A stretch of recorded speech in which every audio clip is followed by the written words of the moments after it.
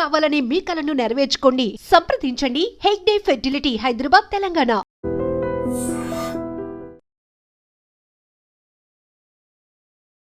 అందరికీ నమస్కారం. నేను Swaroopa Potlapalli. Welcome to trending topic.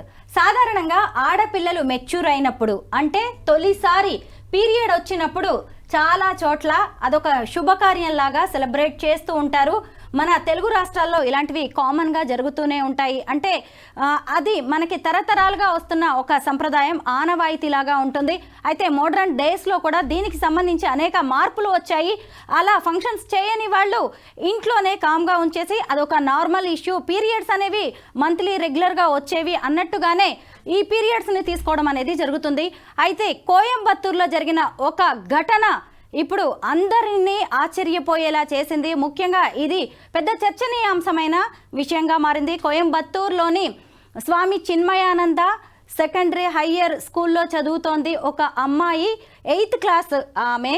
తను ఇప్పుడు ఎగ్జామ్స్ రాస్తోంది, ఫైనల్ ఎగ్జామ్స్. ఆ ఎగ్జామ్స్ రాస్తుండగా ఆ అమ్మాయికి ఫస్ట్ పీరియడ్ అనేది వచ్చింది. ఇంట్లో పేరెంట్స్కి తెలిసింది. పేరెంట్స్ కూడా సరే అమ్మాయికి ఫైనల్ ఎగ్జామ్స్ కదా, ఏడాదంతా చదివింది, ఇప్పుడు మనం పరీక్షలు రాయాల్సిందే కదా అని పేరెంట్స్ రెండో రోజు ఆమెని స్కూల్కి పంపించడం అనేది జరిగింది. అయితే అక్కడ స్కూల్ వాళ్ళకి ఈ విషయం తెలిసింది, ఆ అమ్మాయికి ఫస్ట్ టైం పీరియడ్స్ వచ్చాయి, అయినా స్కూల్కి వచ్చింది అని.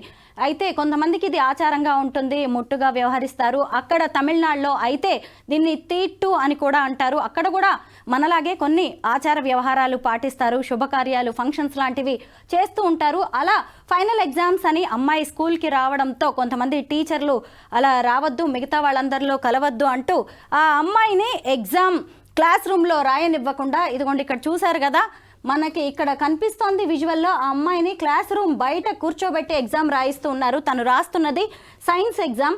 ఆ అమ్మాయి అక్కడికి వచ్చి అడిగిన వాళ్ళకు కూడా ఇలా ఎందుకు బయట కూర్చొని రాస్తున్నావు అంటే, ఇలా పీరియడ్ వచ్చింది, టీచర్స్ లోపలికి రావద్దు అన్నారు స్కూల్ మేనేజ్మెంట్, అందుకే బయట కూర్చొని రాస్తున్నానని తను రాస్తున్న ఎగ్జామ్ పేపర్ని కూడా ఆ అమ్మాయి చూపించడం అనేది జరిగింది. అంటే అసలు ఆ అమ్మాయి రాస్తున్న ఎగ్జామ్ అనేది నిజమైన పరీక్ష, లేకపోతే ఆమెకి ఫస్ట్ టైం పీరియడ్ రావడం అనేది పరీక్ష అనేది మనం ఆలోచించాలి. ఎందుకంటే ఇప్పుడు స్కూల్కి వెళ్ళడం అనేది పిల్లలకి ఇంపార్టెంట్, ఎగ్జామ్స్ రాయడం అనేది కూడా చాలా ఇంపార్టెంట్. అయితే పీరియడ్స్ రావడానికి కూడా ఎవ్వరూ ఆపలేరు. అది మనకి నార్మల్గా బాడీలో జరిగేది, ఒక వయసు వచ్చిన పిల్లలకి అది జరుగుతూనే ఉంటుంది. కానీ ఒక ఆడపిల్లని, అది కూడా దళిత బాలికని క్లాస్లో ఎగ్జామ్ రాయనివ్వకుండా బయట కూర్చోబెట్టడం, ఆ అమ్మాయిని కొంత అంటరాని దానిలాగా దూరంగా పెట్టడం మీద రకరకాల విభిన్న వాదనలు అయితే కనిపిస్తున్నాయి. ఎందుకంటే దీన్ని తప్పుపట్టే వర్గం ఒకరైతే, లేదు విద్యాలయాలు కూడా దేవాలయాలు లాంటివి, ఇలాంటి టైంలో రాకూడదు, ఫస్ట్ టైం కాబట్టే మేము ఇలా ఆపాము అని చెప్తున్న వారు కూడా ఉన్నారు. ఎవరి వాదనలు వారు వినిపిస్తూ ఉన్నారు. విద్యాశాఖ కూడా దీని మీద విచారణ చేపట్టింది. దీనికి సంబంధించిన ఇంకొంత ఇన్ఫర్మేషన్ నేను చెప్తాను. ఇదిగోండి, ప్రపంచ దేశాలన్నీ అన్ని రంగాల్లో అభివృద్ధి పదంలో దూసుకువెళ్తున్నాయి. భారతదేశం కూడా అభివృద్ధిలో అగ్రస్థానం వైపు అడుగులు వేస్తోంది. వయసు పెరుగుతున్న కొద్దీ శరీరంలో వచ్చే మార్పుల కారణంగా ఆడపిల్లలు పెద్ద మనుషులు అవుతూ ఉంటారు. అలా కోయంబత్తూరులో 8వ తరగతి చదువుతున్న ఓ దళిత విద్యార్థినికి ఏప్రిల్ 5వ తేదీన తొలిసారి పీరియడ్స్ వచ్చాయి. ఇలా జరిగినప్పుడు తెలుగు రాష్ట్రాల్లో జరిగినట్టే తమిళనాడులో కూడా ఇక్కడ ఫంక్షన్స్ చేస్తూ ఉంటారు. దీన్ని రకరకాల పేర్లతో పిలుస్తూ ఉంటారు. కొన్ని రోజుల పాటు ఆ చిన్నారిని బయటకు కూడా పంపించరు. అయితే ఇలాంటివన్నీ మన ఇళ్లల్లో జరిగేవే, మనం ఖచ్చితంగా కామన్గా కూడా ఇలాంటివి చూస్తూ ఉంటాము. అయితే బాలిక తల్లిదండ్రులు ఇలాంటివేమీ పట్టించుకోకుండా, ముఖ్యంగా ఎగ్జామ్ జరుగుతున్నాయని చెప్పి ఆ అమ్మాయిని స్కూల్కి పంపించారు. ఏప్రిల్ 7న అంటే పీరియడ్ వచ్చిన 2 రోజుల తర్వాత అమ్మాయి ఫైనల్ ఎగ్జామ్స్ రాయడానికి స్వామి చిన్మయానంద మెట్రిక్ హయ్యర్ సెకండరీ స్కూల్కి వచ్చింది. అప్పటికే తన విషయం బడిలో టీచర్లకు తెలిసింది కాబట్టే తనను లోపలికి రానివ్వకుండా బయటే ఉంచేశారు. మొట్టమొదటిసారి పీరియడ్స్ కాబట్టి తీట్టు అని అంటారు, అక్కడ తెలుగులో అయితే ముట్టు అని వ్యవహరిస్తూ ఉంటారు.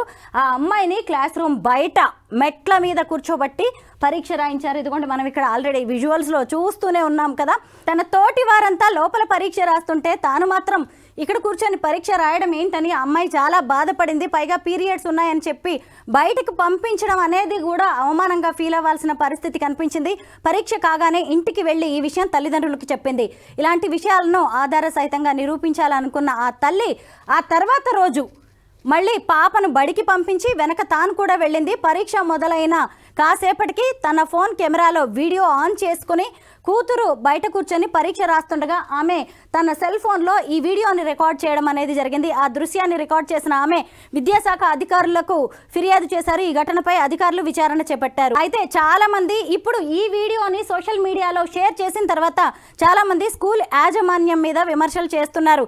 చదువుకున్న టీచర్లు అయ్యుండి ఈ విద్యార్థిని పట్ల ఇంత దారుణంగా వ్యవహరిస్తారా అని మండిపడుతున్నారు. కానీ కొందరు మాత్రం విద్యాలయాలు అంటేనే దేవాలయాలు, అలాంటి వాటిలోకి ఈ ముట్టు టైంలో వస్తారా అంటూ కూడా సపోర్ట్ చేస్తున్న వారు ఉన్నారు. కానీ ఇది కరెక్ట్ కాదు అనేవాళ్ళు అయితే ఎక్కువగా కనిపిస్తూ ఉన్నారు.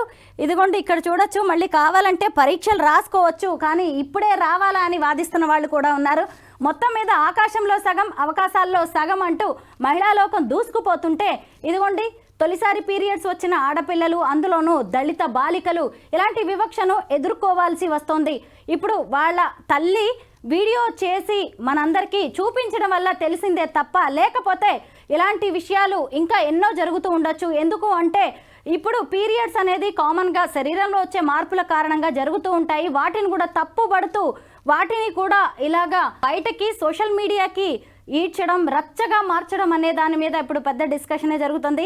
మీరు చెప్పండి, ఇప్పుడు అసలు ఆ అమ్మాయి రాస్తుంది అసలు పరీక్ష, లేకపోతే పీరియడ్స్ రావడం అనేదే పరీక్ష? వీటన్నిటి మీద కూడా ఇప్పుడు పెద్ద చర్చ అయితే నడుస్తోంది. ఇలాంటివి చాలానే జరుగుతూ ఉంటాయి. కానీ కాలం మారింది, కాలంతో పాటు ఆచార వ్యవహారాలు, సంప్రదాయాలు అన్నీ మారుతూ ఉన్నాయి. విద్యాలయాలు, దేవాలయాలు, సరస్వతీ దేవి అక్కడ కొలువై ఉంటుంది. కానీ ఇప్పుడు వాళ్ళ అమ్మా నాన్నే ఆ అమ్మాయికి ఈ ఎగ్జామ్ అవసరం, ఫైనల్ ఎగ్జామ్ ఆ అమ్మాయి రాస్తుంది అని అంటే వాళ్ళు పెద్దగా చదువుకోకపోయి ఉండవచ్చు. అలాంటి వాళ్ళే ఒక 4 అడుగులు ముందుకేసి తమ బిడ్డను స్కూల్కి పంపిస్తే ఎంతో ఉన్నత విద్యావంతులైన ఈ స్కూల్ మేనేజ్మెంట్ చేసిందేంటి? ఇప్పుడు రోజు రోజుకి మార్పులు తీసుకొచ్చేసి ఇప్పుడు ఎవరైనా సరే తల్లిదండ్రులు పీరియడ్ అంటూ పిల్లని ఫైనల్ ఎగ్జామ్ రాయడానికి పంపించకపోతే ఇంకా చదువుకున్న వాళ్ళు ఎగ్జామే ముఖ్యం, పంపించండి, పర్వాలేదు, అమ్మాయికి జాగ్రత్తలు చెప్పండి అని చెప్పి వాళ్ళలో మార్పు తీసుకురావాల్సింది పోయి అసలు కాలం ముందుకు వెళ్తుందా, మనం అభివృద్ధిలోకి వెళ్తున్నామా లేదంటే వెనక్కి పరిగెడుతున్నామా అని ఇలాంటి సంఘటనలు చూసినప్పుడు మనకి ఒక డౌట్ అయితే వస్తుంది.